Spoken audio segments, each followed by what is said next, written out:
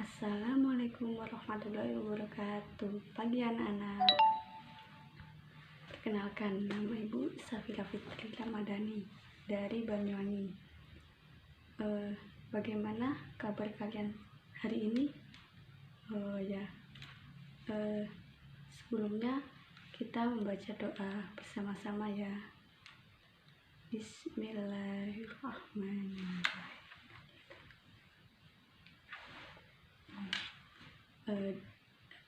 Materi hari ini tentang lebih dekatnya dengan Allah Subhanahu wa Ta'ala yang sangat indah namanya.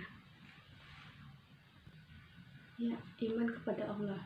Iman kepada Allah pada dasarnya manusia memerlukan bekal atau mengarungi kehidupan di dunia maupun di akhirat. Iman merupakan bekal utama bagi seseorang untuk menentukan arah kehidupannya. Hidup tanpa dilandasi iman ibarat orang tersesat. Orang tersesat tidak mau mengerti arah mata angin dan tidak tahu kemana harus melangkah. Secara harfiah, iman berarti percaya, sedangkan menurut istilah, iman itu percaya dan meyakini dengan sepenuh hati, mengucapkan dengan lisan dan membuktikan dengan perbuatan. Tanda-tanda keimanan dalam diri seseorang dapat terlihat dari amal perbuatan yang dikerjakan karena kepribadian diri seseorang, merupakan pacaran dari iman yang ada di dalam diri seseorang. Iman kepada Allah Subhanahu wa Ta'ala merupakan pokok dari seluruh iman yang tergabung dalam rukun iman. Dengan demikian, keimanan kepada Allah Subhanahu wa Ta'ala harus tertanam dengan benar kepada diri seseorang. Ya, dengan firman, ya ayyuhalladzina amanu aminu billahi wa rasulih wal kitabil ladzi nazzala ala rasulih wal kitabil ladzi anzala min qablu wa may yakfur billahi wa malaikatihi wa kutubihi wa rusulihi wal yawmil akhir faqad dolalam ba'id, dan yang artinya, wahai orang-orang yang beriman, tetaplah beriman kepada Allah dan Rasulnya dan kepada kitab Al-Quran yang diturunkan kepada Rasulnya serta kitab yang diturunkan sebelumnya. Barang siapa ingkar kepada Allah, malaikat-malaikat, kitab-kitabnya, rasul-rasulnya, dan hari kemudian, maka sungguh orang itu telah tersesat sangat jauh. Keimanan seseorang itu tebal dan bisa tipis, bisa bertambah atau berkurang. Salah satu cara meningkatkannya keimanan kita kepada Allah Subhanahu wa Ta'ala adalah dengan memahami nama-namanya yang baik dan indah. Poin yang kedua tentang makna-makna Asmaul Husna. Ayo, siapa yang tahu Asmaul Husna itu apa? Asmaul Husna itu artinya nama-nama Allah yang baik, mengenal dirinya dengan nama-namanya yang baik sesuai dengan firman-Nya. Bismillahirrahmanirrahim.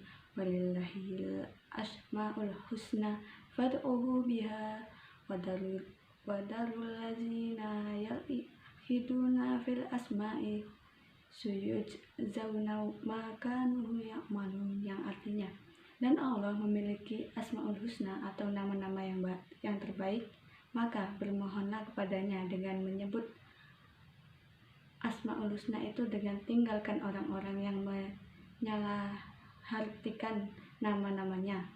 Mereka kelak akan mendapatkan balasannya terhadap apa yang telah mereka kerjakan.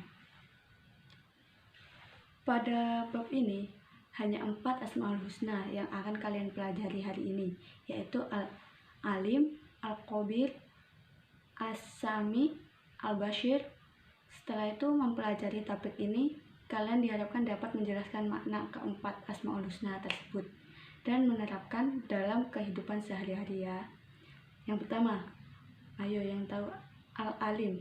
Al-alim artinya Al-alim artinya maha mengetahui. Allah Subhanahu wa Ta'ala maha mengetahui yang tampak atau yang gaib. Pengetahuan Allah Subhanahu wa Ta'ala tidak terbatas oleh ruang dan waktu. Segala keaktifan yang dilakukan oleh makhluk diketahui oleh Allah Subhanahu wa Ta'ala. Bahkan peristiwa yang akan terjadi pun sudah diketahui Allah Subhanahu wa Ta'ala. Dengan kata lain, pengetahuan Allah Subhanahu wa Ta'ala itu tanpa batas. Luar biasa, bukan? Agar lebih baik, perhatikan firman-Nya. Bismillahirrahmanirrahim. Wa indahu mafatihul ghaibi la ya'lamuha illa huwa wa ya'lamu ma fil barri wal bahri wa ma tashkutu min waraqati illa ya'lamuha wala habbatin fil dhulumati ardi wala roti wala yabisi illa fi kitabin. Yang kedua, al-khabir. Siapa tahu arti al-khabir itu apa? Al-khabir itu maha waspada, mengetahui perkara yang tersembunyi. Allah Subhanahu wa Ta'ala menciptakan miliaran makhluk dengan berbagai ragamnya. Semuanya diketahui oleh Allah Subhanahu wa Ta'ala dengan detail, penuh kecermatan dan kewaspadaan, baik secara lahir maupun batin. Untuk yang ketiga, as-sami. As-sami artinya maha mendengar. Allah Subhanahu wa Ta'ala maha mendengar. Semua suara apapun yang ada di alam semesta ini mendengarkan Allah Subhanahu wa Ta'ala. Tidak terbatas, tidak ada satupun suara yang lepas dari pendengarannya, meskipun suatu suara itu sangat pelan. Yang keempat, yakni al-basir. Al-basir yang artinya maha melihat. Allah maha melihat segala sesuatu walaupun lembut dan kecil. Allah Subhanahu wa Ta'ala melihat apa saja yang ada di langit dan di bumi. Bahkan seluruh alam semesta ini dapat dipantau olehnya. Perilaku yang mencerminkan keyakinan bahwa Allah maha melihat adalah hendaklah kita berusaha semaksimal mungkin untuk dapat melihat peristiwa yang terjadi di alam ini sebagai bahan renungan akan kebersamaan Allah Subhanahu wa Ta'ala. Hikmah beriman di sini, orang yang beriman tentu saja dekat dengan Allah Subhanahu wa Ta'ala.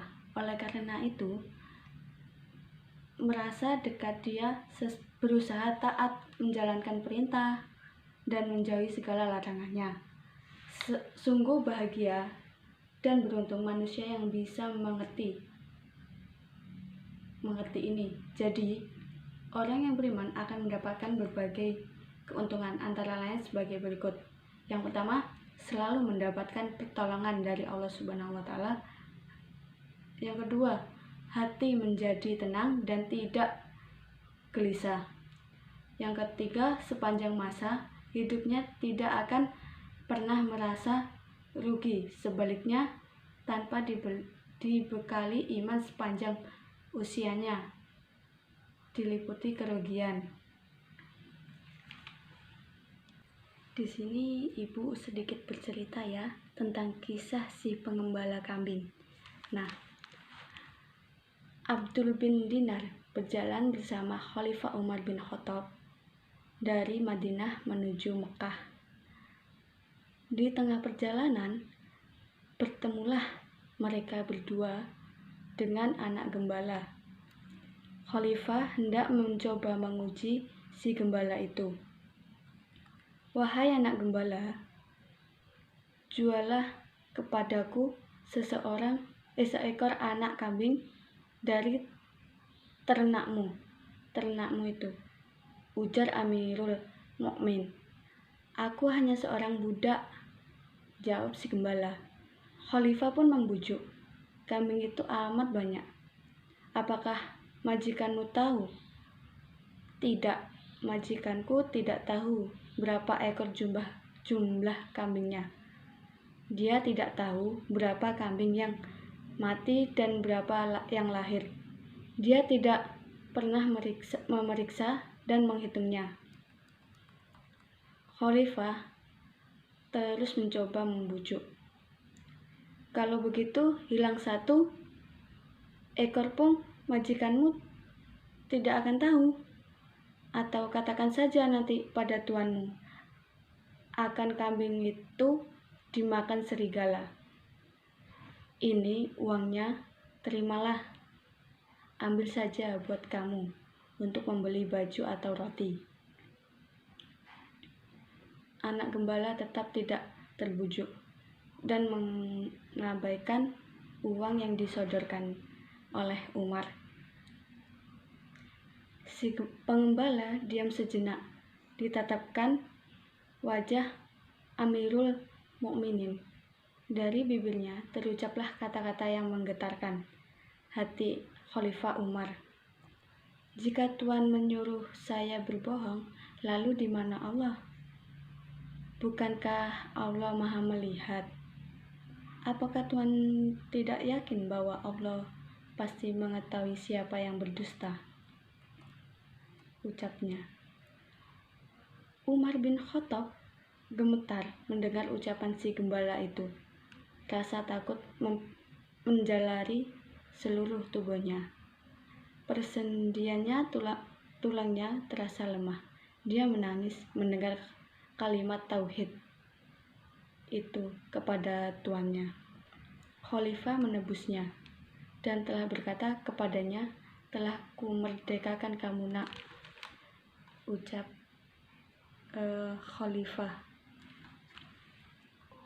Jadi dapat disimpulkan dari cara meneladani Asmaul Husna dalam kehidupan sehari-hari adalah mencintai ilmu, pengetahuan, selalu gigih dalam mencari ilmu, dalam melakukan pekerjaan ingin selalu yang sempurna, teliti dalam berbuat, mau mendengar apa yang dikatakan orang lain sebagai masukan, dan selalu melihat dan mengamati dampak yang akan terjadi dan mampu mengatasinya.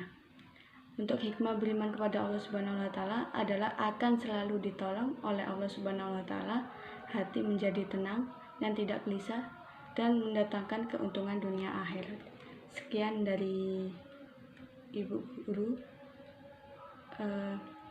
Saya apabila ada salah, saya mohon maaf. Assalamualaikum warahmatullahi wabarakatuh.